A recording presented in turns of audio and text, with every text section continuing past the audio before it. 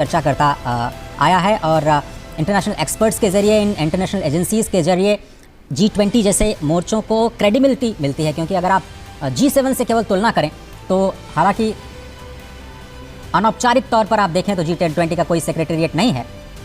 तो Asian development bank के president Masatsugu Asakawa, जिनका भारत मंडपम में आगमन हो चुका है।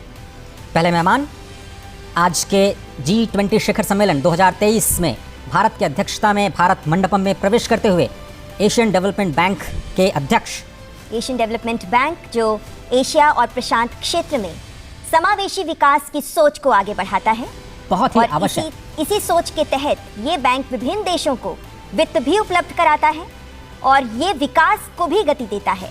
इन मायनों में एशिया के विकास के लिए एशियन डेवलपमेंट बैंक अपनी भूमिका लगातार बढ़ाता रहा है। बहुत बड़ी भूमिका 21वीं सदी, एशिया की सदी और एशिया में फाइनेंस की जो समस्या है उसको दूर करने के लिए एडीबी ने महत्वपूर्ण भूमिका निभाई और कैसे इसको और सशक्त किया जाए, कैसे इसका बेहतर कैपिटलाइजेशन किया जाए, उस पर भी फोकस एडीबी का इस वक्त आप देख रहे हैं। भारत मंडपम के अंदर की तस्वीरें, जहां पर योग मुद्राएं भारत की संस्कृति और सभ्यता से हमारे विदेशी मेहमानों को परिचित कराते हुए नजर आएंगे। प्रधानमंत्री नरेंद्र मोदी औपचारिक रूप से इन सभी नेताओं का स्वागत करेंगे। एशियन डेवलपमेंट बैंक के प्रेसिडेंट मासात्सुगु असाकावा जो भारत मंडपम में प्रवेश कर चुके हैं और अब कुछ ही पलों में प्रधानमंत्री उनका औपचारिक स्वागत करेंगे। भारत मंडपम में जिस स्थान से हमारे राष्ट्राध्यक्ष विभिन्न मेहमान गुजरेंगे, उन्हें फ्लैग्स के द्वारा झंडे लगाकर उनका स्वागत किया जा रहा है और भारत मंडपम की खूबसूरती से दो चार होते हुए ये सभी हमारे मेहमान मुख्य स्थल तक पहुंचेंगे। तो एशियाई क्षेत्र में इंफ्रास्ट्रक्चर डेवलपमेंट को बढ़ावा देने के लिए एडीबी की बहुत ही महत्वपूर्ण भूमिका है और भारत एक बहुत ही अहम हिस्सा इस। तो प्रधानमंत्री नरेंद्र मोदी इस वक्त एशियन डेवलपमेंट बैंक के प्रेसिडेंट मासात्सुगु असाकावा का स्वागत करते हुए, और यहाँ से जो सिलसिला शुरू हुआ है ये लगातार आगे बढ़ेगा। फाइनेंशियल स्टेबिलिटी बोर्ड, वित्तीय स्थिरता बोर्ड के अध्यक्ष क्लास नॉट भारत मंडपम में प्रवेश कर चुके हैं। 2021 से ही वे एफएसबी के अध्यक्ष रहे हैं। उन्हें एक लंबा अनुभव रहा है। वे यूरोपियन सेंट्रल बैंक के गवर्निंग काउंसिल के भी सदस्य हैं, जनरल काउंसिल के भी सदस्य हैं और वे IMF के बोर्ड ऑफ गवर्नर्स के भी सदस्य हैं। प्रधानमंत्री Narendra Modi financial stability board FSB के अध्यक्ष क्लास नॉट का स्वागत करते हुए, और एफएसबी बहुत इंपॉर्टेंट इसलिए क्योंकि IMF के साथ मिलकर के इन्होंने सिंथेसिस पेपर तैयार किया है। भारत ने जो अपनी प्रेसिडेंसी में क्रिप्टो को रेगुलेशन को लेकर के प्राथमिकता दिखाई, उस पर काफ़ी इंपॉर्टेंट। और इस वक्त अंतर्राष्ट्रीय श्रम संगठन ILO के डायरेक्टर जनरल गिलबर्ट एफ हाउंगबो, जिनका प्रवेश हो चुका है, वे ILO के 11वें डायरेक्टर जनरल हैं और वे पहले अफ्रीका महाद्वीप के नागरिक हैं जिन्हें ये पद मिला है। 2022 से ही वे इस पद पर आसीन हैं। अंतर्राष्ट्रीय श्रम संगठन के डायरेक्टर जनरल गिलबर्ट एफ हाउंगबो का स्वागत करते हुए प्रधानमंत्री नरेंद्र मोदी, और ये हैंडशेक बहुत कुछ बयां करता है। और G20 की अध्यक्षता में मिनिस्ट्रियल कम्युनिके और आउटकम डॉक्यूमेंट जो कि लेबर पर है उसको भी स्वीकार किया गया है। अंतर्राष्ट्रीय मुद्रा कोष IMF की मैनेजिंग डायरेक्टर क्रिस्टालिना जॉर्जिवा, जो वर्ल्ड बैंक की CEO भी रह चुकी हैं और 3 महीने के लिए इंटरिम प्रेसिडेंट भी वर्ल्ड बैंक ग्रुप की रह चुकी हैं, और कल हमने देखा कि जब इनका आगमन हुआ था हवाई अड्डे पर तो भारत की संस्कृति को देख वे बेहद आनंदित हो रही थी, स्वयं भी नृत्य में जुड़ रही थी। और इसी जोश और उत्साह के साथ अंतर्राष्ट्रीय मुद्रा कोष की मैनेजिंग डायरेक्टर क्रिस्टालिना जॉर्जिवा का प्रवेश भारत मंडपम में।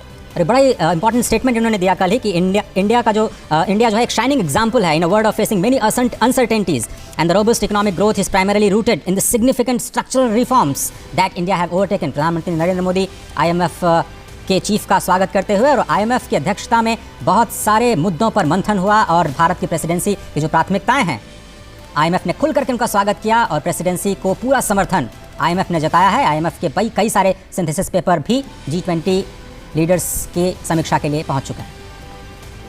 तो विभिन्न राष्ट्राध्यक्षों का पहुंचना जारी। संयुक्त राष्ट्र के सेक्रेटरी जनरल एंटोनियो गुटेरेस, जो इससे पहले United Nations high commissioner for refugees के कमिश्नर भी रह चुके हैं। 10 साल तक वे वंचित और संवेदनशील समूहों, उनके मुश्किलों को बहुत करीब से महसूस करते रहे हैं।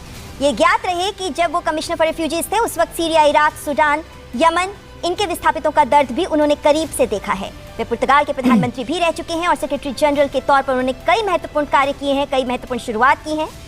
और G20 की अध्यक्षता के लिहाज से ये समझना जरूरी है कि कल ही उन्होंने बड़ा बयान दिया कि यूनाइटेड नेशंस में भी रिफॉर्म के लिए वो तैयार हैं। यूनाइटेड नेशंस के चीफ के तौर पर ये बड़ा बयान भारत की प्रेसिडेंसी में आना और भारत की प्रेसिडेंसी को समर्थन देना यूनाइटेड नेशंस की तरफ से एक बड़ा बयान। तो प्रधानमंत्री नरेंद्र मोदी इस वक्त सेक्रेटरी जनरल एंटोनियो गुतेरेस का स्वागत करते हुए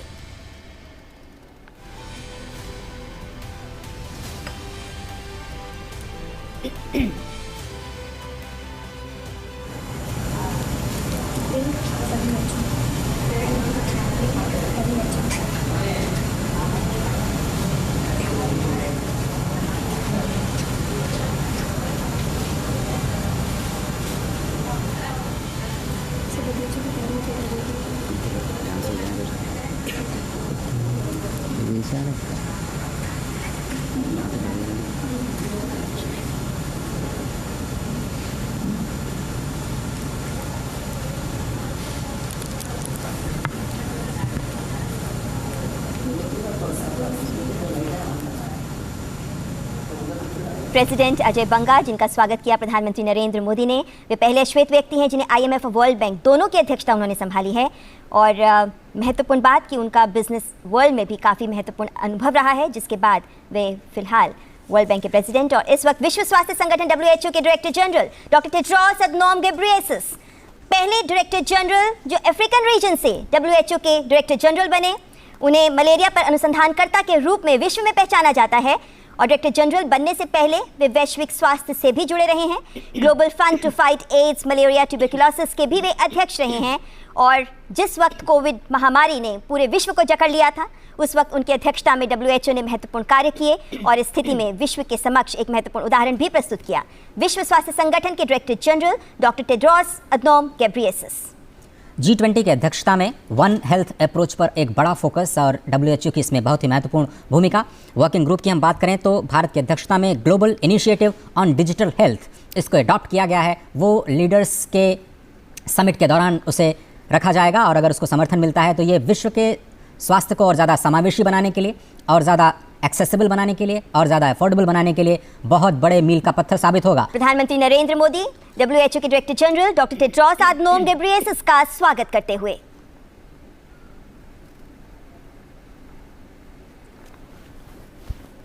सांकेतिक रूप से लगता है कि उनका हालचाल पूछ रहे हैं प्रधानमंत्री। और अब स्क्रीन पर आप देख सकते हैं OECD यानी आर्थिक सहयोग और विकास संगठन के सेक्रेटरी जनरल मथियास कामन, जो ऑस्ट्रेलिया के वित्त मंत्री भी रह चुके हैं, प्रधानमंत्री नरेंद्र मोदी उनका स्वागत करते हुए। इंटरनेशनल टैक्सेशन और कैपेसिटी बिल्डिंग में OECD की बहुत ही महत्वपूर्ण भूमिका, उनके रिपोर्ट से बहुत ज़्यादा मदद मिलती है। और जो G20 के वर्किंग ग्रुप हैं उनको अपनी चर्चाओं को और आगे बढ़ाने के लिए बहुत ही इंपॉर्टेंट इंटरनेशनल ऑर्गेनाइजेशंस जो कि इनवाइट किए जाते हैं G20 के सम्मेलन में बहुत ही खास इनपुट्स के लिए, जो डिसीजन मेकिंग में बहुत ही अहम भूमिका निभाते हैं। वैश्विक स्तर पर मुद्दों पर समावेशी विकास को समाहित करने में बहुत ही महत्वपूर्ण भूमिका निभाते हैं। और वर्ल्ड ट्रेड ऑर्गेनाइजेशन के डायरेक्टर जनरल गोजी ओकोंजो-इवियाला, जो पहली महिला डायरेक्टर जनरल रही हैं WTO की और पहली अफ्रीकी नागरिक जिन्हें WTO की अध्यक्षता मिली है। गोजी ओकोंजो-इवियाला जो ग्लोबल फाइनेंस एक्सपर्ट हैं, इकोनॉमिस्ट हैं, Asia, Africa, Europe, Latin America, north America में काम करने का इन्हें 40 वर्षों का अनुभव रहा है और अंतर्राष्ट्रीय विकास के विशेषज्ञ इन्हें माना जाता है और फिलहाल WTO की अध्यक्षता संभाल रही हैं।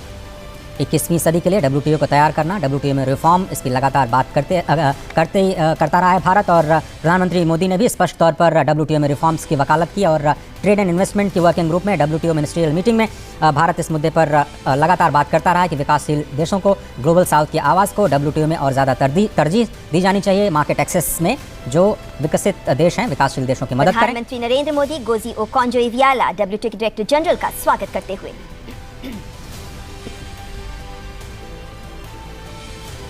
इस वक्त अंतर्राष्ट्रीय संगठनों के अध्यक्ष जिनका आगमन हो रहा है और अफ्रीकन यूनियन, अफ्रीकी संघ के अध्यक्ष कोमोरोस के राष्ट्रपति अजाली असुमानी इस वक्त मंडपम में प्रवेश करते हुए अफ्रीकी संघ, जिसको इस शिखर सम्मेलन में सदस्यता मिल सकती है, प्रधानमंत्री नरेंद्र मोदी अफ्रीकी संघ के अध्यक्ष अजाली असुमानी का स्वागत करते हुए और जिस तरीके से गले लगकर गर्मजोशी के साथ हैंडशेक किया जा रहा है, ये बताती है कि अफ्रीकी संघ को G20 शिखर सम्मेलन में सदस्यता मिलने के आसार पूरे हैं। बिल्कुल, ये बड़ी खबर आ सकती है दिल्ली डिक्लेरेशन के बाद कि अफ्रीकन यूनियन को शामिल किया गया है। बहुत ही इंपॉर्टेंट स्टेटमेट शायद दिल्ली से निकल सकता है। अभी तक अंतर्राष्ट्रीय संगठनों के अध्यक्ष जिनका स्वागत हो रहा था और अब आमंत्रित देशों के प्रतिनिधि और अध्यक्ष, राष्ट्राध्यक्ष जिनका स्वागत करेंगे प्रधानमंत्री नरेंद्र मोदी। और इस वक्त स्क्रीन पर आप देख सकते हैं ओमान के उप प्रधानमंत्री सईद असाद बिन तारिक अल सईद, जिनका आगमन मंडपम में। ओमान की कैबिनेट में सुल्तान के बाद दूसरे सबसे वरिष्ठ अधिकारी उप प्रधानमंत्री ही होते हैं और ऐसे में अपने देश ओमान का G20 में आमंत्रित देश के तौर पर प्रतिनिधित्व कर रहे हैं ओमान के उप प्रधानमंत्री। अतिथि देवो भव की अवधारणा को ज़मीन पर उतारते हुए भारत मंडपम में G20 की अध्यक्षता और शिखर सम्मेलन से ठीक पहले सबसे पहले अंतर्राष्ट्रीय संस्थान और उसके बाद अतिथि राष्ट्र, उनका स्वागत, ये हमारी परंपरा और बहुत ही इम्पॉर्टेंट इन अतिथि देशों का G20 की बैठकों में शामिल होना, एक ग्लोबल इम्पॉर्टेंस उनके लिए। तो प्रधानमंत्री नरेंद्र मोदी ओमान के उप प्रधानमंत्री सईद असाद बिन तारिक अल सईद का स्वागत करते हुए फॉर्मल फोटो ऑप और आमंत्रित देशों की फहरिस्त में बांग्लादेश की प्रधानमंत्री शेख हसीना, जिनका आगमन हो गया है। बांग्लादेश हमारा बेहद करीबी पड़ोसी देश। कल ही प्रधानमंत्री की बांग्लादेश के साथ द्विपक्षीय वार्ता भी हुई और प्रधानमंत्री शेख हसीना और प्रधानमंत्री नरेंद्र मोदी के बीच इस द्विपक्षीय वार्ता में पीपल टू पीपल कॉन्टैक्ट को बढ़ाना, कमर्शियल लिंकेजेस को बढ़ाना, कनेक्टिविटी को बढ़ाने पर बातचीत हुई। प्रधानमंत्री नरेंद्र मोदी बांग्लादेश के प्रधानमंत्री शेख हसीना का औपचारिक स्वागत करते हुए। पड़ोसी देशों के साथ भारत सदा ही अपने रिश्तों को प्रगाढ़ करने में जुटा रहता है और ऐसे में बांग्लादेश, जिनसे हम सीमाएं साझा करते हैं, हमारा एक महत्वपूर्ण पड़ोसी देश। और अब मॉरिशस के प्रधानमंत्री प्रविंद जुगन्नाथ स्क्रीन पे आप देख सकते हैं। इजिप्ट के राष्ट्रपति अब्देल फतेह अल सीसी, इजिप्ट जहां पर भारत अपने बहुत ही करीबी रिश्ते साझा करता है और राष्ट्रपति अब्देल फतेह अल सीसी भारत के साथ अपने रिश्तों को प्रगाढ़ करने के लिए कई महत्वपूर्ण कदम उठा चुके हैं। बहुत इंपॉर्टेंट, और आपको ध्यान होगा कि प्रधानमंत्री ने हाल ही में इजिप्ट की यात्रा भी की और दोनों देशों और ऐतिहासिक यात्रा, कई सालों के बाद कोई भारत का प्रधानमंत्री इजिप्ट की यात्रा पर गया और बहुत ही गर्मजोशी के साथ उनका स्वागत किया गया। और मुझे लगता है कि वहीं पे इन्विटेशन प्रधानमंत्री ने दिया और इस वक्त तस्वीरें आपकी स्क्रीन पर। प्रधानमंत्री नरेंद्र मोदी इजिप्ट के राष्ट्रपति अब्देल फतेह अल सीसी का स्वागत करते हुए, हैंडशेक करते हुए। कोणार्क के सूर्य मंदिर से प्रभावित ये दृश्य, और इस बात का विशेष ख्याल रखा गया है कि जब ये औपचारिक फोटो ऑप हो रहा हो तो भारत की संस्कृति की अमूल्य धरोहर का भी एक उदाहरण विश्व के साथ रहे। और इस वक्त मॉरिशस के प्रधानमंत्री प्रविंद जुगन्नाथ मंडपम में प्रवेश कर चुके हैं। मॉरिशस के साथ भी भारत की कल द्विपक्षीय वार्ता हुई। प्रधानमंत्री नरेंद्र मोदी ने मॉरिशस के प्रधानमंत्री के साथ द्विपक्षीय वार्ता की और इस वक्त दोनों देशों के कूटनीतिक संबंधों के 75 वर्ष का जश्न भी मनाया जा रहा है। और द्विपक्षीय वार्ताओं में भी फिनटेक, ढांचागत विकास, सांस्कृतिक आदान प्रदान पर भी जोर रहा, क्योंकि मॉरिशस पहला ऐसा देश है अफ्रीकी महाद्वीप का जिसके साथ सेपा भी एग्रीमेंट पर भी आगे हम बढ़ चुके हैं, इसको भी हम साझा करते हैं। तो दोनों देशों के बीच के रिश्ते बेहद महत्वपूर्ण। भारतीय मूल के कई नागरिक मॉरिशस में अपने कारोबारी संबंधों को आगे बढ़ाते हुए स्पष्ट तौर पर नजर आते हैं और मॉरिशस को टैक्स ट्रीटीज़ के लिहाज से भारत के संदर्भ में काफ़ी महत्वपूर्ण देश के रूप में देखा जाता है। प्रधानमंत्री नरेंद्र मोदी मॉरिशस के प्रधानमंत्री प्रविंद जुगन्नाथ का स्वागत करते हुए। विभिन्न देशों के राष्ट्राध्यक्ष जिनका आगमन इस वक्त भारत मंडपम में जारी है और नीदरलैंड्स के प्रधानमंत्री मार्क रूट, नीदरलैंड्स जो आमंत्रित देशों की फहरिस्त में शामिल है और नीदरलैंड्स के साथ भारत का आदान प्रदान महत्वपूर्ण स्तर पर होता रहता है। नीदरलैंड्स की जो वाटर मैनेजमेंट की प्रैक्टिसेस हैं, एग्रीकल्चर की प्रैक्टिसेस हैं, वो पूरी दुनिया के लिए एक मिसाल है। और राष्ट्रपति जब यहाँ की यात्रा पर थे तो बहुत सारे बायलैटरल्स के जरिए दोनों देशों के कारोबारी संबंधों को और मजबूत बनाने की कोशिश की गई थी। और नीदरलैंड्स के प्रधानमंत्री जिस मुस्कुराहट के साथ आगे बढ़े और गले लगकर प्रधानमंत्री के साथ उन्होंने गर्मजोशी से किया, उसके साथ देख सकते हैं कि दोनों देशों के संबंधों में जो गर्मजोशी है ये उसका उदाहरण प्रस्तुत करता है। तो प्रधानमंत्री नरेंद्र मोदी नीदरलैंड्स के प्रधानमंत्री मार्क रूट का स्वागत करते हुए। जैसा हम जानते ही हैं, प्रधानमंत्री नरेंद्र मोदी की विभिन्न देशों के राष्ट्राध्यक्षों के साथ एक अलग ही केमिस्ट्री होती है। और जिनके साथ उनकी मुलाकात होती भी रहती है। ऐसे में ये राष्ट्राध्यक्ष जब प्रधानमंत्री से मिलते हैं तो ये गर्मजोशी हमें देखने को मिलती है। इस हैंडशेक में जो गर्मजोशी है, इस हैंडशेक में जो स्ट्रेंथ है, वो आपसी रिश्तों को भी बेहतर बनाती है। और इस वक्त नाइजीरिया के राष्ट्रपति बोला अहमद तिनुबू। नाइजीरिया को उम्मीद है कि भारत से रक्षा क्षेत्र में बहुत बड़ा इन्वेस्टमेंट शायद नाइजीरिया में आ सकता है, और साथ ही साथ स्पष्ट तौर पर औपचारिक तौर पर उन्होंने कहा है कि बहुत ही सौभाग्य की बात है कि भारत को G20 की प्रेसिडेंसी दी गई है इस साल, और बहुत सारे मुद्दे जो ग्लोबल साउथ के उठाए गए हैं वो नाइजीरिया ने उनका समर्थन किया है और भारत के प्रति अपनी कृतज्ञता जताई। और अफ्रीका का एक बेहद महत्वपूर्ण सबसे बड़ी अर्थव्यवस्था माना जाता है नाइजीरिया को।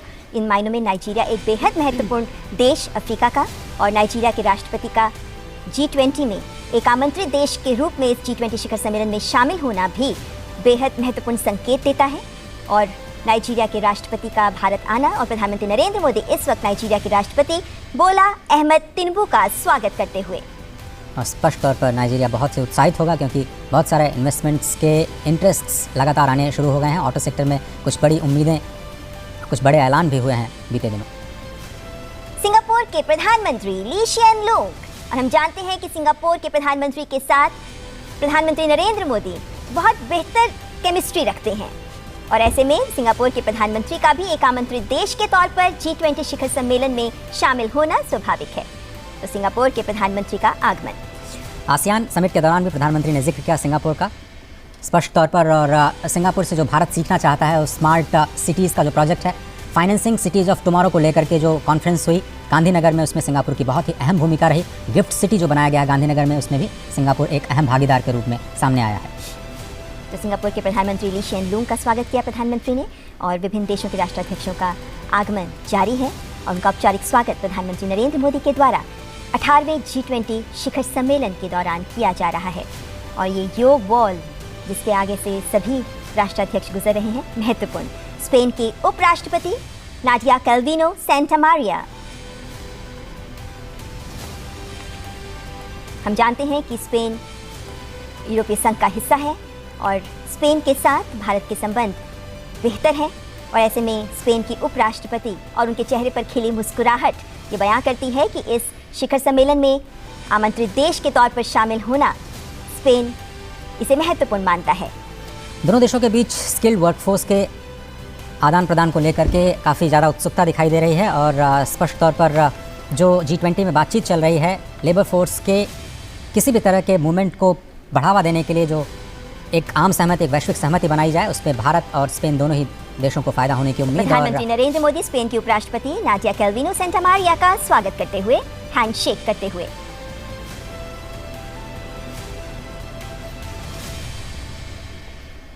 नौ आमंत्रित देश इस बार 18वें G20 शिखर सम्मेलन में भारत की ओर से विशेष रूप से आमंत्रित देश, जिनमें आखिरी देश है UAE, संयुक्त अरब अमीरात।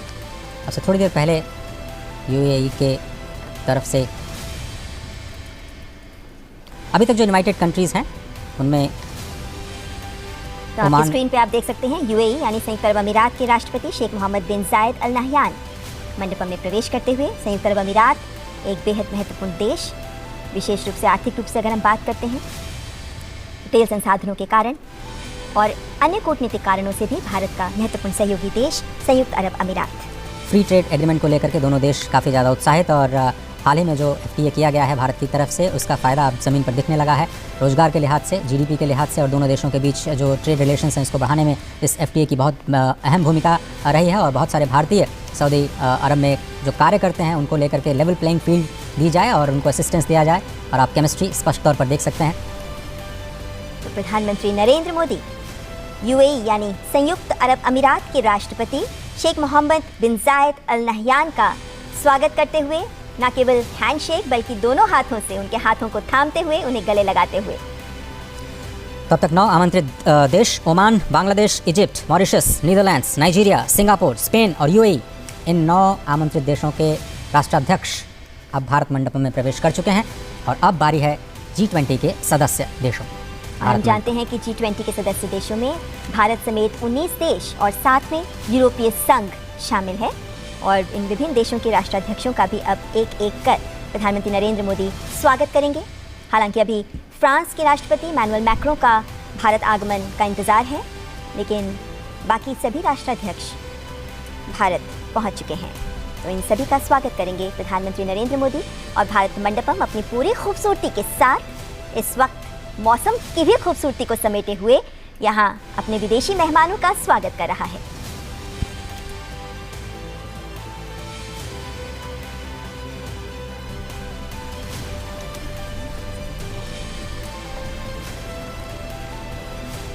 और G20 सदस्य देशों में सबसे पहले मेक्सिको के आर्थिक मामलों की मंत्री राकेल बुएनरोस्ट्रो सैंचेज। मेक्सिको को विकासशील देशों की एक सशक्त आवाज़ के रूप में देखा जाता है और एग्रीकल्चर को लेकर के जो वहाँ पे बेस्ट प्रैक्टिसेस हैं उनसे सीखने की कोशिश पूरी दुनिया करती रही है। एग्रीकल्चर वर्किंग ग्रुप में भी मेक्सिको की अहम भूमिका रही है। किस तरह से खाद्य सुरक्षा को लेकर के जो खाद की कीमतों में हमने उछाल देखा कोविड के दौरान, रशिया यूक्रेन क्राइसिस के दौरान, उसमें कैसे सभी लोग मिलकर के फूड सिक्योरिटी की जो समस्या है उस पर आम राय, आम सहमति बना पाएँ, उसमें मेक्सिको ने एक अहम योगदान दिया। और स्पष्ट तौर पर G20 के सदस्य देश के रूप में भारत और मेक्सिको के न केवल द्विपक्षीय संबंध बल्कि G20 के मंच पर भी इन दोनों देशों का विकासशील देश के तौर पर अपने विचारों को रखना काफ़ी अहम। तो मेक्सिको की आर्थिक मामलों की मंत्री राकेल बुएनरोस्ट्रो सैंचेज का स्वागत करते हुए प्रधानमंत्री नरेंद्र मोदी। मेक्सिको के राष्ट्राध्यक्ष का ही G20 शिखर सम्मेलन में आना था, लेकिन स्वास्थ्य कारणों से वे नहीं आ पाए, तो मेक्सिको का प्रतिनिधित्व कर रही वहाँ के आर्थिक मामलों की मंत्री। तो G20 के सदस्य देशों के राष्ट्राध्यक्षों का और प्रतिनिधियों का इस वक्त आना जारी है और भारत मंडपम में उनका औपचारिक स्वागत किया जा रहा है। भारत मंडपम जो 18वें G20 शिखर सम्मेलन का केंद्र। भारत मंडपम जहां से उम्मीद की जा रही है कि दिल्ली घोषणा पत्र एक मजबूत आवाज़ ग्लोबल साउथ के देशों की बनकर उभरेगा। यहाँ से एक ऐसी दिशा दी जाएगी जिससे विश्व समावेशी विकास और मानव कल्याण की ओर कदम बढ़ाएगा। G20 शिखर सम्मेलन भारत की अध्यक्षता में नया अध्याय लिख पाएगा, इस बात की भी उम्मीद की जा रही है।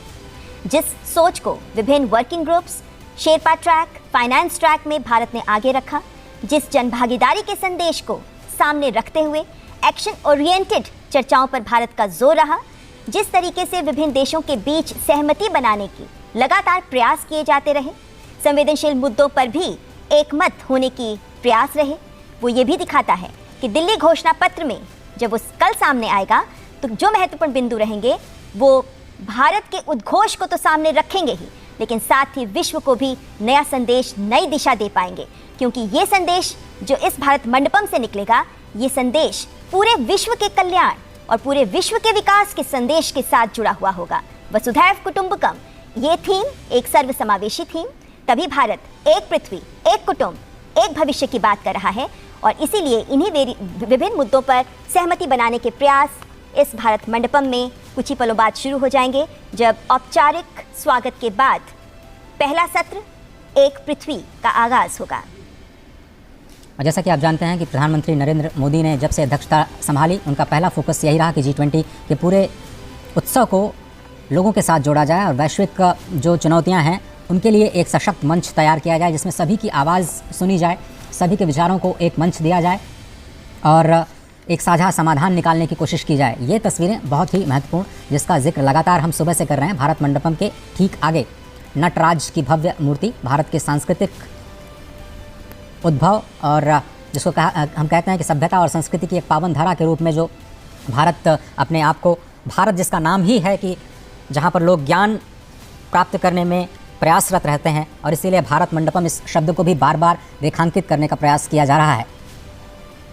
ये भव्य और दिव्य तस्वीरें आपको प्रगति मैदान में स्थित नए भारत मंडपम से सीधे हम आपके लिए ख़ास तौर पर लेकर के आए हैं, जहां पर अब से थोड़ी ही देर बाद G20 शिखर सम्मेलन 2023 भारत की अध्यक्षता में शिखर सम्मेलन यानी लीडर्स अब दिल्ली डिक्लेरेशन पर अपनी अंतिम मुहर लगाएंगे। कौन से मुद्दे, कौन सी प्राथमिकताएं जो भारत ने रखी, जिन पर वैश्विक सहमति बनती है, पूरी दुनिया की निगाहें इस वक्त टिकी हुई हैं, क्योंकि प्राथमिकताएं बहुत बड़ी भारत की ओर से। अर्जेंटीना के राष्ट्रपति एल्बर्टो फर्नांडिस 2018 में जब अर्जेंटीना ने G20 की अध्यक्षता की तो उस वक्त फूड सिक्योरिटी को एक मुद्दा बनाया। शायद किसी को नहीं पता होगा कि उसके बाद कोविड और उसके बाद रशिया और यूक्रेन क्राइसिस के बाद फूड इनसिक्योरिटी दुनिया के लिए सबसे बड़ी चुनौती बन जाएगा। लेकिन आज भारत ने ज़बरदस्त लीडरशिप का परिचय दिया। Fuel crisis, food crisis, fertiliser crisis, 3F की जो क्राइसिस है उसको सेंटर में रखते हुए वार्ताओं के जरिए कैसे इस संकट का एक साझा हल निकाला जाए, पुरजोर कोशिश की भारत ने अपनी ओर से। तो प्रधानमंत्री नरेंद्र मोदी अर्जेंटीना के राष्ट्रपति एल्बर्टो फर्नांडिस का स्वागत करते हुए। अर्जेंटीना जो भारत के साथ कई विभिन्न समूहों में मंच साझा करता है और इस वक्त G20 शिखर सम्मेलन में प्रधानमंत्री नरेंद्र मोदी अर्जेंटीना के राष्ट्रपति का स्वागत करते हुए। अर्जेंटीना जिसके साथ हमारा व्यापार कई उत्पाद के तहत आगे बढ़ता है। और इस वक्त ऑस्ट्रेलिया के प्रधानमंत्री Anthony Norman Albanese. Sustainable, balanced and inclusive global economic growth के लिए ऑस्ट्रेलिया की आवाज़ बहुत ही महत्वपूर्ण। ऑस्ट्रेलिया ने एक ओपन ग्लोबल इकोनॉमी और rule based multilateral trading system का समर्थन किया है, जिस पर भारत के प्रेसिडेंसी का सबसे बड़ा फोकस रहा है कि जो 20वीं सदी के संस्थान हैं उनको 21वीं सदी के लिए कैसे तैयार किया जाए। खुले तौर पर ऑस्ट्रेलिया ने समर्थन किया है कि जो रिफॉर्म्स हैं मल्टीलेटरल इंस्टीट्यूशंस का होना चाहिए, उस पर कई सारे पेपर्स आ चुके हैं। भारत की ओर से इंडिपेंडेंट एक्सपर्ट ग्रुप ने अपनी पहली रिपोर्ट भी सौंप दी है। दूसरी रिपोर्ट शायद अक्टूबर में आएगी, जिसका असर आने वाले दिनों में आपको प्रेसिडेंसी के दौरान दिखाई दे सकता है। एक बड़ी पहल ऑस्ट्रेलिया ने जिसका भरपूर समर्थन किया। प्रधानमंत्री नरेंद्र मोदी ऑस्ट्रेलिया के प्रधानमंत्री एंथनी नॉर्मन एल्बनीज़ी का स्वागत करते हुए।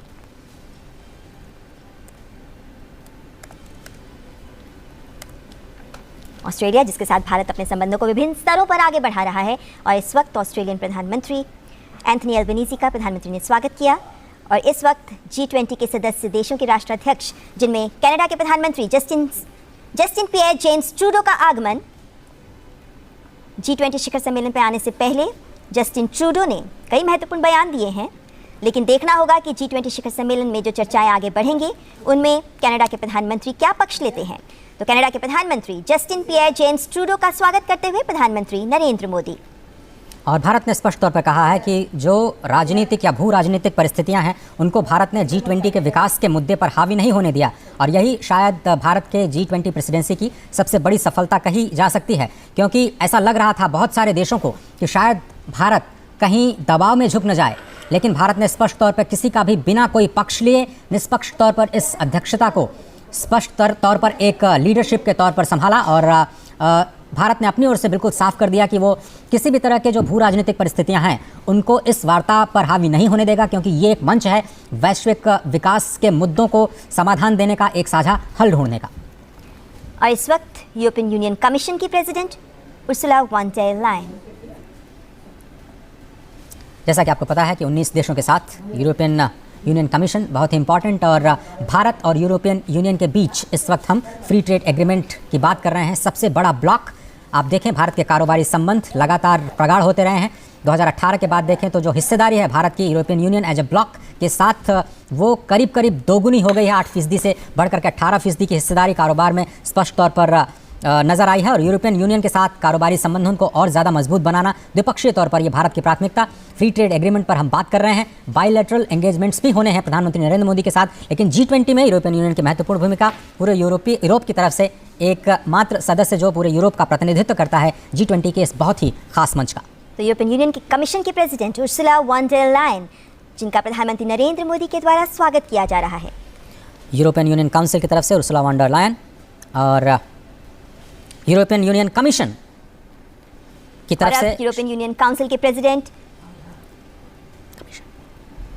शार्ल मिशेल, जो कि यूरोपियन यूनियन कमीशन के प्रेसिडेंट हैं और इस वक्त आपकी स्क्रीन पर नजर आ रहे थे।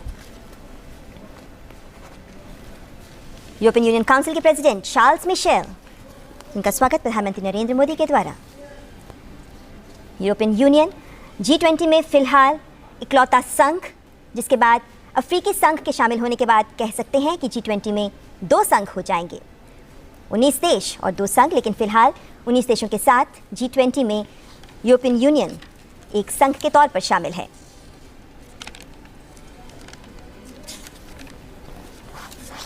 जैसा कि आपको पता है कि भारत की प्राथमिकताएं बहुत स्पष्ट हैं, इंक्लूसिव डेवलपमेंट को बढ़ावा देना है और ये G20 की प्राथमिकताओं में शामिल।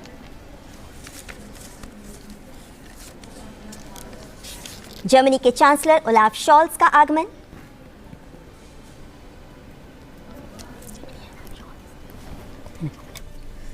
G7 में जर्मनी की बहुत महत्वपूर्ण भूमिका, और G7 के मंच पर जब प्रधानमंत्री नरेंद्र मोदी गए थे तो स्पष्ट तौर पर उनका भव्य स्वागत किया गया था और वहाँ पर जो क्लाइमेट जस्टिस को लेकर के आवाज़ें उठी थी उसको जर्मनी का भरपूर समर्थन मिला था। जर्मनी और भारत के बीच में पीपल टू पीपल कनेक्ट को लेकर के और ज़्यादा रिश्तों को मजबूत करना और साथ ही साथ द्विपक्षीय संबंधों को बढ़ावा देना, उस पर भी निगाह रहेगी। लेकिन G20 के मंच पर जर्मनी की बहुत ही खास भूमिका वैश्विक मुद्दों पर सहमति बनाने के लिहाज से।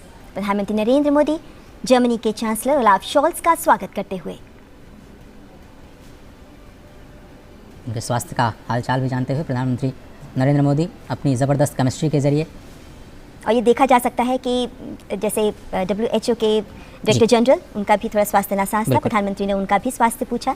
लेकिन ये भी दिखाता है महत्व G20 शिखर सम्मेलन का, जहां विभिन्न राष्ट्राध्यक्षों और संगठनों के अध्यक्षों के द्वारा ये प्रयास किया गया है कि वे इसमें ज़रूर शिरकत करें, ज़रूर शामिल हों, क्योंकि इस वक्त का G20 शिखर सम्मेलन इस दौर में पूरा विश्व वक्त के उस मुहाने पर खड़ा है जब चुनौतियां बहुत भीषण हैं और चुनौतियां बहुत मुखर हैं।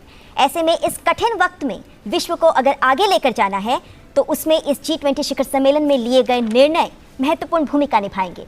और इसीलिए इस वक्त जो औपचारिक स्वागत आमंत्रित देशों के राष्ट्राध्यक्षों का, G20 सदस्य देशों का और अंतर्राष्ट्रीय संगठनों के अध्यक्षों का किया जा रहा है, ये भी दिखाता है कि इनका यहाँ आना, इस शिखर सम्मेलन में इन सभी संगठनों और राष्ट्रों के अध्यक्षों की उपस्थिति हमारे लिए भी मायने रखती है, G20 के लिए भी मायने रखती है।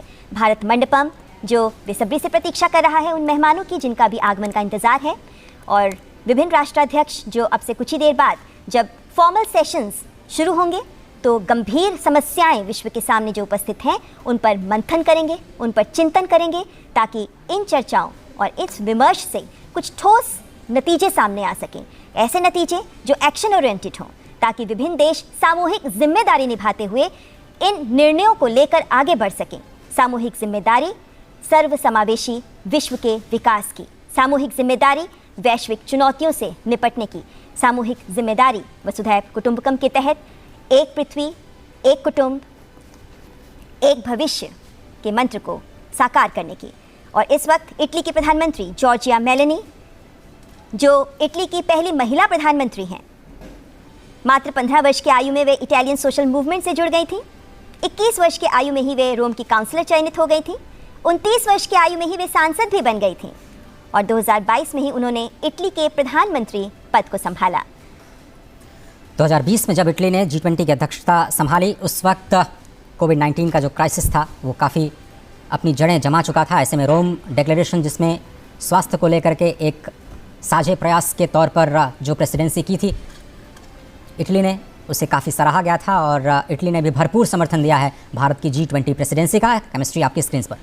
प्रधानमंत्री नरेंद्र मोदी इटली की प्रधानमंत्री जॉर्जिया मेलोनी का स्वागत करते हुए सस्टेनेबल डेवलपमेंट गोल्स को लेकर के दोनों देश लगातार एक दूसरे का सहयोग करते हुए स्पष्ट तौर पर नजर आते रहे हैं। और जिस तरह से हम लगातार आपको बता रहे हैं कि G20 प्रेसिडेंसी पूरी अभी तक जो देखी है हमने 1 दिसंबर 2022 से महत्वपूर्ण स्तंभों पर नजर आती है। जापान के प्रधानमंत्री फुमियो किशिदा जो पूर्व प्रधानमंत्री शिंजो आबे की सरकार में विदेश मंत्री भी रह चुके हैं 2012 से 2017 तक, और इसीलिए भारत के साथ संबंधों को वे पूरी तरह और बेहतरीन तरीके से परिभाषित कर रहे हैं। जापान एक महत्वपूर्ण देश है हमारे लिए, जिसके साथ हम विभिन्न मंचों पर हम सहयोगी के तौर पर काम करते हैं। और जापान ने पूरा समर्थन दिया है भारत का ग्लोबल साउथ के लीडर के तौर पर। स्पष्ट तौर पर जब ऐसा कहने में संकोच नहीं होना चाहिए कि जब भारत और चीन की बात आती है तो जापान हमेशा भारत के पक्ष में खड़ा रहा है। कई अंतर्राष्ट्रीय मंचों पर जापान ने खुल करके भारत का समर्थन किया है, भारत के विचारों का, और भारत के पक्ष में अपने विचार रखे हैं। प्रधानमंत्री नरेंद्र मोदी जापान के प्रधानमंत्री फुमियो किशिदा का स्वागत करते हुए विभिन्न सहयोगी देश और शिखर सम्मेलन में एक महत्वपूर्ण आयाम ये रहता है कि भारत जहां G20 शिखर सम्मेलन की अध्यक्षता कर रहा है, तो वहीं विभिन्न सदस्य देशों के साथ संबंध प्रगाढ़ करने का भी ये महत्वपूर्ण अवसर होता है। ऐसे में लगभग 15 बायलैटरल्स भी प्रधानमंत्री की प्लान है, जिनमें से कल हमने देखा कि 3 देशों के साथ द्विपक्षीय वार्ताएं हुई, जिसके बाद आज भी सबकी नजरें रहेंगी जब उम्मीद की जा रही है कि UK, जर्मनी, फ्रांस के साथ भी और अन्य देशों के साथ भी प्रधानमंत्री द्विपक्षीय वार्ताएं करेंगे। और इस वक्त दक्षिण कोरिया के राष्ट्रपति यून सुक योल दोनों देशों के बीच मित्रता की 50वीं वर्षगांठ दोनों ही देश मनाते हुए और एक स्पेशल कैंपेन G20 से ठीक पहले चलाया गया, जिसमें दोनों देश एक साझी विरासत, विश्वास की विरासत को आगे ले जाने पर सहमत हुए हैं, मित्रता को और प्रगाढ़ करते हुए। और G7 समिट में भी प्रधानमंत्री नरेंद्र मोदी की मुलाकात इनसे हुई और अब G20 का मंच तैयार। और पूरे साल हमने सहयोग देखा कोरिया का भारत की तमाम प्राथमिकताओं पर और स्पष्ट तौर पर सांस्कृतिक लिहाज से दोनों देश और ज़्यादा करीब आते हुए। तो दक्षिण कोरिया के राष्ट्रपति यून सुक योल, जिनका स्वागत कर रहे हैं प्रधानमंत्री नरेंद्र मोदी। तो कई सदस्य देश जिनके आगमन का इंतजार और प्रधानमंत्री नरेंद्र मोदी विशेष रूप से इस औपचारिक स्वागत कार्यक्रम को आगे बढ़ाते हुए G20 शिखर सम्मेलन, जिससे पूरे विश्व को उम्मीदें हैं, और जिन देशों को यहाँ G20 शिखर सम्मेलन में जिनके फ्लैग्स हम देख सकते हैं मंडपम के बाहर सजे हुए, लेकिन इन सभी देशों के ऊपर जिम्मेदारी है, ये जिम्मेदारी है कि इस शिखर सम्मेलन से कुछ ठोस निकल कर सामने आए, कुछ ऐसा निकल कर सामने आए जो विश्व के विकास को गति दे सके। इस वक्त कोविड महामारी से कितने ही देश हैं जो उबर रहे हैं। इस वक्त कोविड महामारी के बाद विभिन्न देशों की अर्थव्यवस्थाएं चरमराई हुई हैं। ऐसे में सभी देशों को एकजुट होकर आगे बढ़ने का आह्वान कर रहा है भारत इस भारत मंडपम से। और इस वक्त दक्षिण अफ्रीका के राष्ट्रपति एम सिरिल रामाफोसा एक महत्वपूर्ण शख्सियत हैं। श्री एम सिरिल रामाफोसा जो रंग भेद विरोधी कार्यकर्ता रहे हैं, ट्रेड यूनियन के नेता रहे हैं, पेशे से व्यापारी भी रहे हैं। 2014 से 2018 तक आप दक्षिण अफ्रीका के उपराष्ट्रपति रहे और अब दक्षिण अफ्रीका के राष्ट्रपति के पद पर विराजमान। और G20 शिखर सम्मेलन में दक्षिण अफ्रीका के राष्ट्रपति एम सिरिल रामाफोसा का आगमन। हाल ही में ब्रिक्स समिट की सफल मेज़बानी करने के बाद अब G20 के मंच पर दोनों ही नेता एक बार फिर से कुछ ही दिनों में मिलते हुए विकासशील देशों के साझा हितों को वैश्विक मंच प्रदान करते हुए दोनों देशों के संबंध कारोबारी तौर पर, सांस्कृतिक तौर पर और मानवीय तौर पर बहुत ही प्रगाढ़, बहुत ही प्राचीन। प्रधानमंत्री नरेंद्र मोदी दक्षिण अफ्रीका के राष्ट्रपति एम सिरिल रामाफोसा का स्वागत करते हुए, हैंडशेक करते हुए, फॉर्मल फोटो ऑप देते हुए।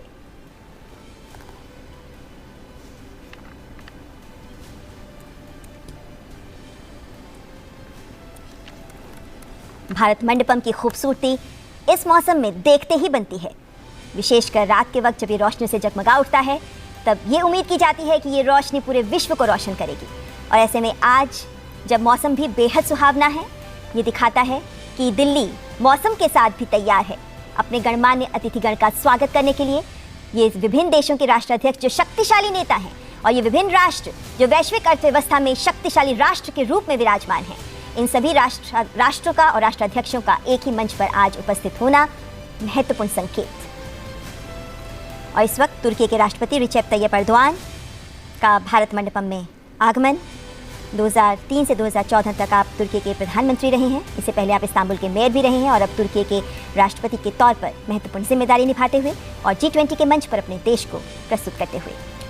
तुर्की ने 2015 में G20 की अध्यक्षता संभाली थी और उस वक्त इंक्लूसिवनेस, इन्वेस्टमेंट और इम्प्लीमेंटेशन के 3I के इर्द गिर्द पूरी की पूरी प्रेसिडेंसी तुर्की की थी। और भारत की प्रेसिडेंसी में इंक्लूसिव एक पहला एजेंडा जिसको कहा जा सकता है और एक्शन ओरिएंटेड जो हमारा अंतिम एजेंडा है जिसको आप इम्प्लीमेंटेशन के साथ जोड़ सकते हैं। तो दोनों ही प्रेसिडेंसी में काफ़ी समानता दिखाई देती हुई और बहुत ही। और 2015 में जब तुर्की की अध्यक्षता में G20 शिखर सम्मेलन हुआ था, तब W20 विमेन 20 का भी एंगेजमेंट ग्रुप जिसका निर्माण किया गया था, जिसका गठन किया गया था, और वहीं से महिला विमर्श के मुद्दों को भी आगे बढ़ाया गया, जिससे पहले G20 में कोई महिलाओं के मुद्दे पर विमर्श का अलग से कोई समूह नहीं था। तो तुर्की के राष्ट्रपति रिसेप तैयप एर्दोआन का स्वागत करते हुए प्रधानमंत्री नरेंद्र मोदी। इंक्लूसिवनेस की जब भी बात होती है, महिलाओं की भागीदारी बहुत ही महत्वपूर्ण। और इस वक्त आप देख सकते हैं यूनाइटेड किंगडम के प्रधानमंत्री ऋषि सुनक का आगमन भारत मंडपम में। भारतीय मूल के पहले व्यक्ति जो यूनाइटेड किंगडम के प्रधानमंत्री पद तक पहुंचे हैं, पहले ब्रिटिश एशियन जिन्होंने पद संभाला है। और आप पहले राजकोष के चांसलर भी रह चुके हैं, ट्रेजरी के मुख्य सचिव भी रहे देश में, और अब यूनाइटेड किंगडम के प्रधानमंत्री पद को संभालते हुए ऋषि सुनक, हमने देखा कि कल जैसे ही वे हवाई जहाज से उतरे, उन्होंने सबसे पहले प्रणाम किया। और इस वक्त प्रधानमंत्री नरेंद्र मोदी गर्मजोशी के साथ गले मिलते हुए ऋषि सुनक के साथ और हैंडशेक करते हुए औपचारिक स्वागत। G20 का समर्थन और सबकी निगाहें होंगी भारत UK FTA वार्ता पर, जो कि बहुत ही फाइनल स्टेज में है और दोनों नेता इसको अंतिम रूप दे सकते हैं। पूरी दुनिया की निगाहें इस पर होंगी कि भारत यूके FTA को लेकर के दोनों देश कैसे आगे बढ़ते हैं। और G20 के सभी मुद्दों पर समर्थन करते हुए ऋषि सुनक स्पष्ट तौर पर, खुले तौर पर, औपचारिक तौर पर भारत का समर्थन और प्रधानमंत्री नरेंद्र मोदी की लीडरशिप की तारीफ कर चुके हैं।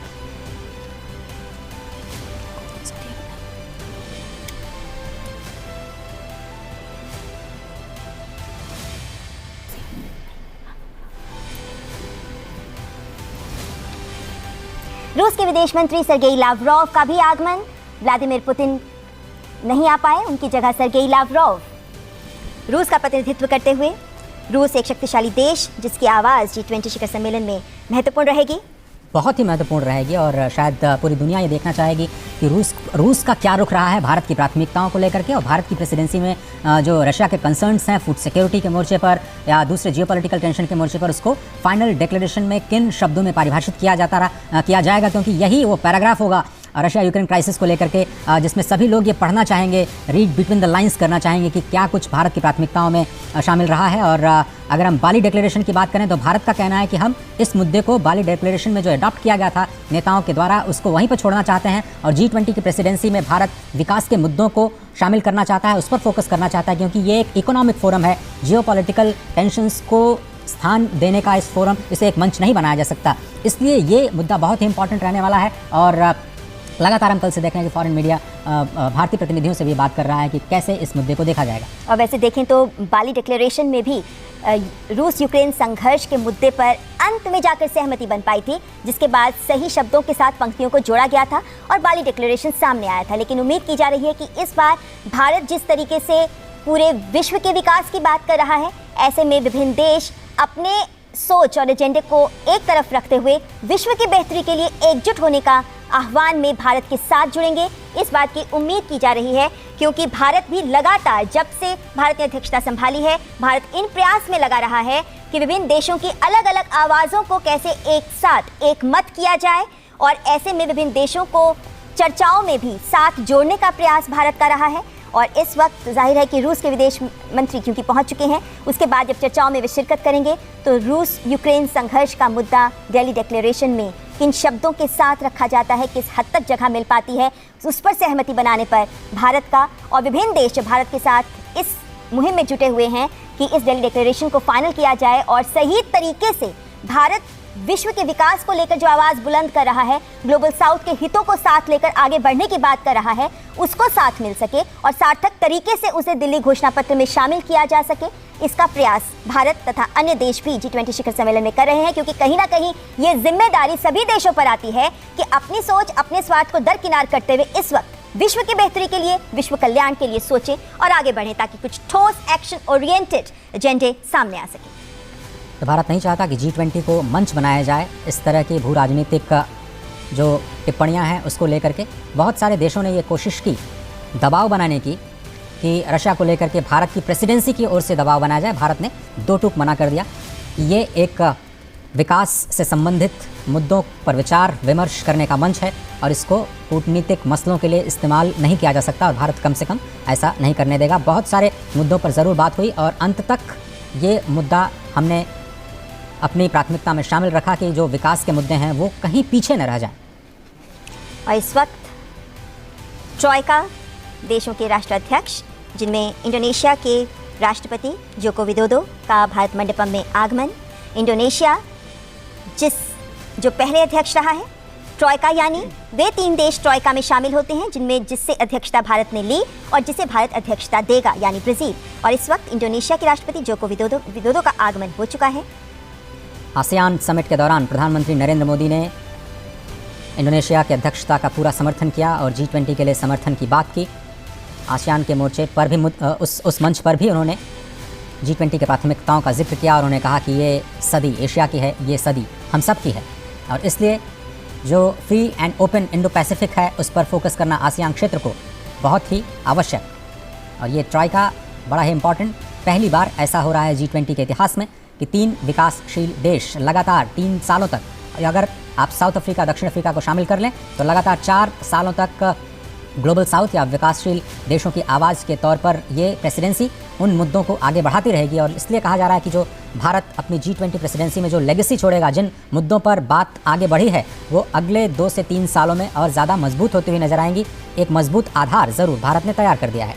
और विभिन्न कार्य समूहों की बैठकों पर अगर नजर डालें, विभिन्न आउटकम डॉक्यूमेंट्स पर भी अगर नजर डालें, तो ये पाते हैं कि हर वर्किंग ग्रुप में, एंगेजमेंट ग्रुप में, या अगर हम स्टैक्स की बात करते हैं, तो भारत ने हर जगह ये कोशिश की है कि कुछ नया, कुछ बेहतर, कुछ अधिक बेहतर स्तर देकर एंगेजमेंट ग्रुप्स और वर्किंग समूहों के दौरान कुछ आउटकम्स बेहतर सामने आए। ऐसे में स्टार्टअप 20 की शुरुआत करना या फिर महिलाओं के मुद्दों पर वर्किंग ग्रुप की घोषणा करना, कुछ महत्वपूर्ण और ठोस पहल के माध्यम से भारत ये सुनिश्चित कर रहा है कि सभी वर्गों का, सभी देशों का कल्याण हो सके। और अपनी अध्यक्षता में भारत जिस व्यापक स्तर पर भारत ने आयोजन किए हैं, जिस व्यापक स्तर पर सभी देशों को शामिल किया है, वो ये दिखाता है कि भारत एक अलग आयाम दे रहा है G20 शिखर सम्मेलन को। और इस वक्त ब्राज़ील के राष्ट्रपति लुइस इनासियो लुला दा सिल्वा, ब्राज़ील जो भारत से अध्यक्षता ग्रहण करेगा, भारत के बाद ब्राज़ील G20 शिखर सम्मेलन का अध्यक्ष होगा। ऐसे में ट्रॉयका के तहत ब्राज़ील के राष्ट्रपति लुइस इनासियो लुला दा सिल्वा भारत मंडपम में आगमन। ब्रिक्स के साझे सदस्य के तौर पर भारत और ब्राज़ील लगातार प्रतिनिधित्व करते रहे हैं एशिया का और विकासशील देशों का। ब्रिक्स के मंच के ज़रिए ही दोनों देशों को एक सशक्त आवाज़ भी समझा जाता है विकासशील देशों की। और इसलिए कहा जा रहा है कि जो ट्रॉयका है बहुत इंपॉर्टेंट है। भारत से प्रेसिडेंसी अब ब्राज़ील को सौंपी जाएगी और कल शाम इसकी औपचारिक घोषणा की जाएगी। प्रधानमंत्री नरेंद्र मोदी ब्राज़ील को आधिकारिक तौर पर G20 2023-24 की अध्यक्षता सौंपेंगे। और इसके हालांकि ये सितंबर, ये जो कल डिक्लेरेशन किया जाएगा, ट्रांसफ़र किया जाएगा प्रेसिडेंसी, उसके बाद भी भारत की ओर से काम जारी रहेगा 30 नवंबर तक। 1 दिसंबर से ऑफिशियली ये प्रेसिडेंसी जारी और विकासशील देशों को, मुद्दों को प्राथमिकताओं के तौर पर ज़रूर शामिल किया जाएगा। पूरे विश्व को यही उम्मीद। तो ब्राज़ील के राष्ट्रपति लुइस इनासियो लुला दा सिल्वा का स्वागत करते हुए प्रधानमंत्री नरेंद्र मोदी G20 शिखर सम्मेलन, जिससे कुछ ही पलों बाद पहले सत्र का औपचारिक आरंभ होगा। और उस पहले सत्र में वन अर्थ विषय है। और ऐसे में उम्मीद की जा रही है कि जिस एकात्मवाद की सोच के साथ भारत आगे बढ़ रहा है, जिस बंधुत्व की भावना को भारत आगे बढ़ा रहा है, वो भावना इन चर्चाओं के तहत निकलने वाले आउटकम में भी परिलक्षित होगी। इस बात का अंदाज़ा, इस बात की उम्मीद लगातार की जा रही है। और ऐसे में विभिन्न राष्ट्राध्यक्षों का भारत मंडपम में आगमन और उसके बाद पहले सत्र में उनका शामिल होना ये उम्मीद जताता है कि कुछ सार्थक चर्चा, सार्थक विमर्श निकलकर सामने आएगा। हम जानते हैं कि शेरपा ट्रैक पहले ही विभिन्न बिंदुओं पर, विभिन्न मंचों पर, विभिन्न एंगेजमेंट ग्रुप्स और वर्किंग ग्रुप्स के सजेशंस, रिकमेंडेशंस को साथ लेकर डॉक्यूमेंट्स तैयार कर चुका है, जिस पर मुहर लगाएंगे विभिन्न राष्ट्राध्यक्ष।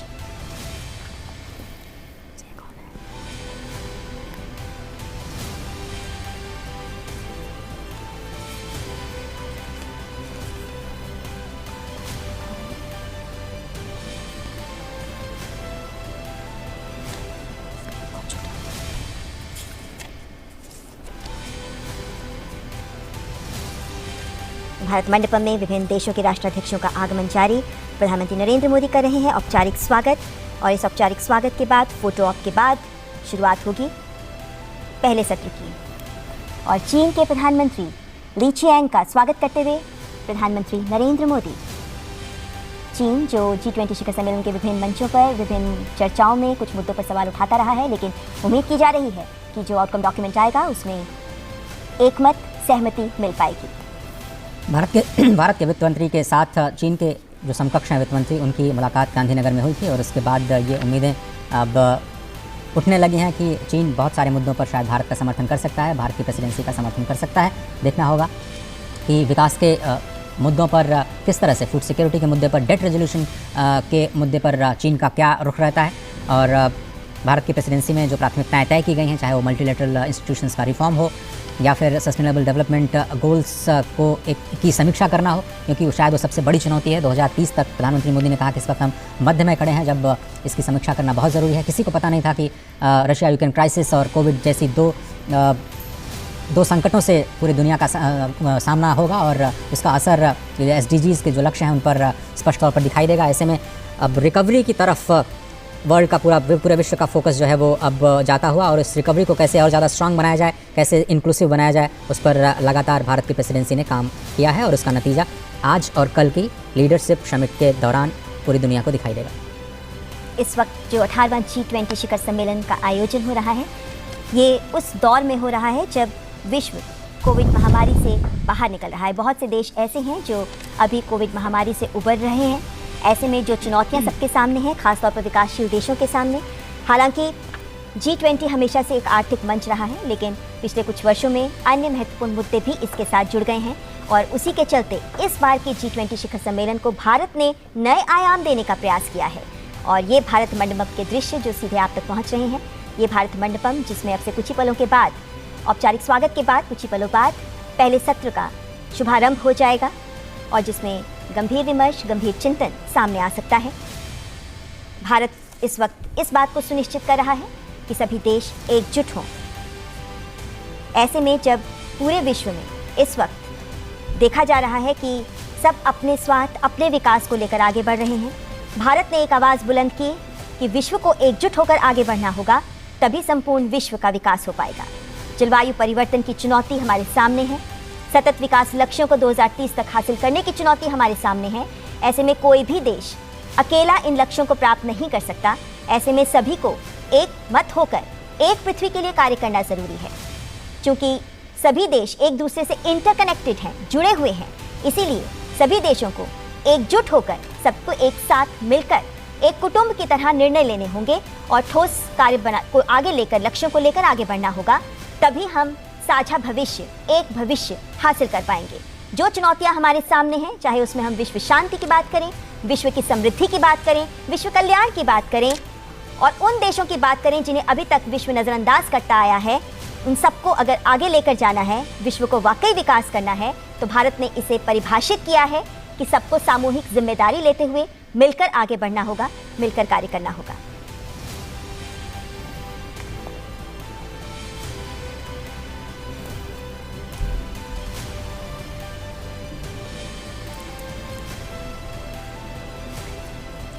भारत मंडपम से सीधे तस्वीरें आप देख रहे हैं, और औपचारिक स्वागत का कार्यक्रम अब समाप्त हो चुका है। G20 शिखर सम्मेलन 2023 अब अपने पहले सत्र की ओर धीरे धीरे कदम आगे बढ़ाता हुआ, जहां वन अर्थ पर चर्चा होनी है। पहले सत्र में 3 फोकस, 3 सत्र, और फिलहाल जो देशों के राष्ट्राध्यक्षों का आगमन का इंतजार इस वक्त हो रहा है, और भारत मंडपम में पहले सत्र के औपचारिक आरंभ से पहले प्रधानमंत्री नरेंद्र मोदी के द्वारा विभिन्न राष्ट्राध्यक्षों का औपचारिक स्वागत का सिलसिला जारी। स्टूडियो में इस वक्त अंशु जोशी जी हमारे साथ हैं, JNU की प्रोफेसर। बड़ा फोकस, भारत की जो अध्यक्षता है वो अब अंतिम चरण में आ चुके हैं अंशु जी। लेकिन यहाँ से हम एक नए अध्याय की शुरुआत होते हुए देख रहे हैं। हम देख सकते हैं कि कितना भव्य आयोजन है, किस पैमाने पर हमने ये आयोजन किया है। हमने 1 लाख से भी ज़्यादा जो प्रतिनिधि और विदेश से आए मेहमान हैं, उनका इस अपनी अध्यक्षता के 1 साल में यहाँ स्वागत किया। हमने अपने देश में 60 से भी अधिक शहरों में G20 की 220 से भी ज़्यादा मीटिंग्स का सफलतापूर्वक आयोजन किया। हमने इसमें नए लोग जोड़े। हमने जो पूरे विश्व से आए हुए मेहमान थे, जो विश्व के अलग अलग प्रतिनिधि थे, उन्हें अपनी जनता से जोड़ा। हमने गवर्नमेंट टू पीपल और पीपल टू पीपल कनेक्ट पे बढ़ावा दिया। इसे हमने अपनी अध्यक्षता में करके दिखाया। हमने G20 के मंच के विस्तार की बात की, और मुझे लगता है एक बड़ा डेलिब्रेशन ये आ सकता है कि जो अफ्रीकी यूनियन है वो G20 का सदस्य बनाया जाए। अभी तक एक संगठन के रूप में यूरोपियन यूनियन G20 का एक परमानेंट सदस्य है। और हम ये भी देख सकते हैं कि किस तरह से हमने समावेशी विकास को लेकर, सतत विकास को लेकर, साझा विकास को लेकर न सिर्फ अपने यूनिलैटरल लेवल पे और बायलैटरल लेवल पे, हमने मल्टीलैटरल लेवल पर भी G20 के अध्यक्ष के रूप में अलग अलग सफल प्रयास किए। और अब मुझे लगता है कि आज और कल जो घोषणाएं होंगी, जो तमाम रिपोर्ट्स प्रस्तुत होंगी, जो राष्ट्राध्यक्ष अपने विचार प्रस्तुत करेंगे, उसमें हम भारत के इस महत्वपूर्ण योगदान को देख पाएंगे। क्योंकि भारत मंडपम में USA, अमेरिका के राष्ट्रपति जो बाइडेन का आगमन हो चुका है। कल हमने देखा कि भारत और अमेरिका के बीच द्विपक्षीय वार्ता भी हुई, और कल हमने ये भी देखा कि कैसे अमेरिका के राष्ट्रपति जब दिल्ली पहुंचे तो सबसे पहले वो सीधे प्रधानमंत्री के आवास गए, और वहां उन्होंने प्रधानमंत्री नरेंद्र मोदी के साथ मुलाकात की, और दोनों देशों के बीच जो वार्ता हुई उसके बाद कुछ ठोस परिणाम जो सामने आए, उसमें दोनों देशों के बीच के द्विपक्षीय संबंधों को जो पहलू परिभाषित करते हैं जिसमें तकनीक भी शामिल है, जिसमें इनोवेशन भी शामिल है, जिसमें आर्थिक और व्यापार के मुद्दे भी शामिल हैं। इन्हें आगे बढ़ाने को लेकर प्रतिबद्धता दोबारा से जाहिर की गई और ऐसे में G20 शिखर सम्मेलन से पहले भी अमेरिका की ओर से लगातार जो बयान आते रहे हैं वो ये दिखाते हैं कि G20 शिखर सम्मेलन में भारत जिस सोच को लेकर आगे बढ़ रहा है उसमें अमेरिका भारत का पूरा समर्थन कर रहा है।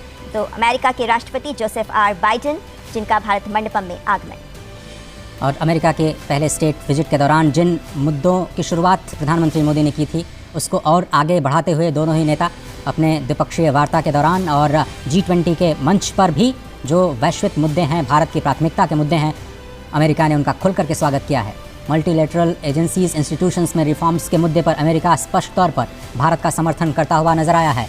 UNSC की स्थायी सदस्यता का भी अमेरिका ने खुले तौर पर समर्थन किया है और ये स्पष्ट तौर पर अमेरिका कहता आया है कि अगर दुनिया की ग्रोथ को सस्टेनेबल बनाना है तो भारत को नज़रअंदाज नहीं किया जा सकता। बदलते हुए परिदृश्य में दुनिया की सोच को बदलना ही होगा और दुनिया की सबसे पुरानी डेमोक्रेसी, दुनिया की सबसे बड़ी डेमोक्रेसी। और जब प्रधानमंत्री नरेंद्र मोदी अमेरिका गए थे तब भी हमने देखा कि किस तरीके से उनका स्वागत करते हुए राष्ट्रपति और फर्स्ट लेडी ने प्रधानमंत्री के दोनों तरफ से हाथ पकड़ के वे उन्हें अपने आवास के अंदर लेकर गए थे। और वो ये दिखाता है कि दोनों देशों के राष्ट्राध्यक्षों के बीच कितने मधुर, कितने करीबी संबंध हैं। और प्रधानमंत्री नरेंद्र मोदी इस वक्त पीछे चित्रित इस चित्र को राष्ट्रपति जो बाइडेन को एक्सप्लेन करते हुए कि इसके मायने क्या हैं। समय का चक्र हमेशा चलता रहता है।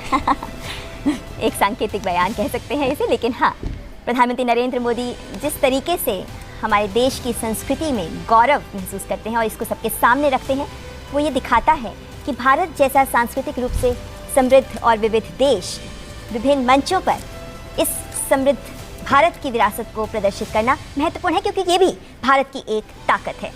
तो अंशुल जी, मैं ये भी जानना चाह रही थी आपसे कि हम जब जन भागीदारी की बात करते हैं तो हमने देखा कि विभिन्न एंगेजमेंट ग्रुप्स में, उदाहरण के तौर पर महिलाओं की अगर मैं बात करूं तो आंगनवाड़ी वर्कर्स तक लेकर यहाँ तक कि जो स्ट्रीट वेंडर्स हैं उनको भी लिया गया, यहाँ तक कि जो असंगठित क्षेत्र की महिलाएं हैं जो घरों में काम करती हैं उन तक भी पहुँचा गया। तो क्या ये भी साबित करता है कि भारत का एक ये भी प्रयास है कि जो कुछ स्टेप्स, जो कुछ निर्णय सामने आए वो ज़मीनी स्तर पर लोगों के जीवन को बदल सके, उसे प्रभावित कर सके, ताकि वो जो बदलाव की बात की जाती है विश्व में वो बड़े बड़े ऐलान नहीं, छोटे छोटे कदमों से सामने आए। और इस वक्त आपको रोकना चाहूँगी फिर, क्योंकि इस वक्त हम स्क्रीन पर दिखा सकते हैं आपको कि सऊदी अरब के किंग सलमान बिन अब्दुल अजीज़ अल सऊद का भारत मंडपम में आगमन। अब क्राउन प्रिंस सलमान बिन अब्दुल अजीज़ अल सऊद का आगमन हो चुका है। अब से कुछ ही देर पहले सऊदी अरब के क्राउन प्रिंस भारत पहुंचे हैं।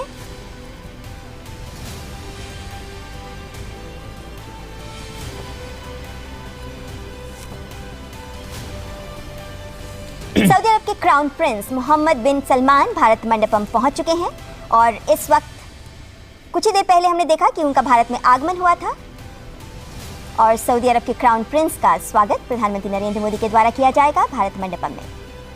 बहुत ही महत्वपूर्ण सदस्य G20 का सऊदी अरब, क्योंकि पूरी दुनिया में हम जो फ्यूल क्राइसिस देख रहे हैं उसको समाधान देने में सऊदी अरब की बहुत ही महत्वपूर्ण भूमिका रहती है और जो कच्चे तेल की कीमतें हैं पूरी दुनिया की अर्थव्यवस्थाओं को प्रभावित करती हैं। ऐसे में ये जो लीडरशिप दिखाई गई है सऊदी अरब की ओर से भारत के G20 के प्रेसिडेंसी के दौरान, तमाम वर्किंग ग्रुप्स के दौरान जो एनर्जी सिक्योरिटी का मुद्दा है उसमें एक बहुत ही मजबूत स्तंभ के रूप में सऊदी अरब ने एक महत्वपूर्ण भूमिका निभाई है और भारत के G20 का समर्थन किया। तो सऊदी अरब के क्राउन प्रिंस मोहम्मद बिन सलमान का प्रधानमंत्री नरेंद्र मोदी के द्वारा स्वागत करते हुए और इसी के साथ विभिन्न राष्ट्राध्यक्षों और अंतर्राष्ट्रीय संगठनों के अध्यक्षों का स्वागत का कार्यक्रम औपचारिक रूप से संपन्न हुआ, जिसके बाद अब प्रथम सत्र वन अर्थ की शुरुआत होगी और इस सत्र में पृथ्वी को लेकर कैसे विभिन्न देश महत्वपूर्ण कदम उठा सकते हैं, एक पृथ्वी, अपने पृथ्वी के संरक्षण को लेकर देश क्या कुछ कर सकते हैं। ऐसे में अभी तक विभिन्न कार्य समूहों में और एंगेजमेंट ग्रुप्स में जो बातें निकलकर सामने आई, जिसके आधार पर शेरपा ट्रैक में डॉक्यूमेंट तैयार किया गया, ऐसे में विभिन्न देश उस पर मंथन करेंगे ताकि कुछ ठोस नतीजे लेकर सामने आ सके। और इस वक्त दूरदर्शन नेटवर्क के जो टेक्निकल टीम है उसकी भी तारीफ करना बहुत ही आवश्यक है। आप देखें कि कितने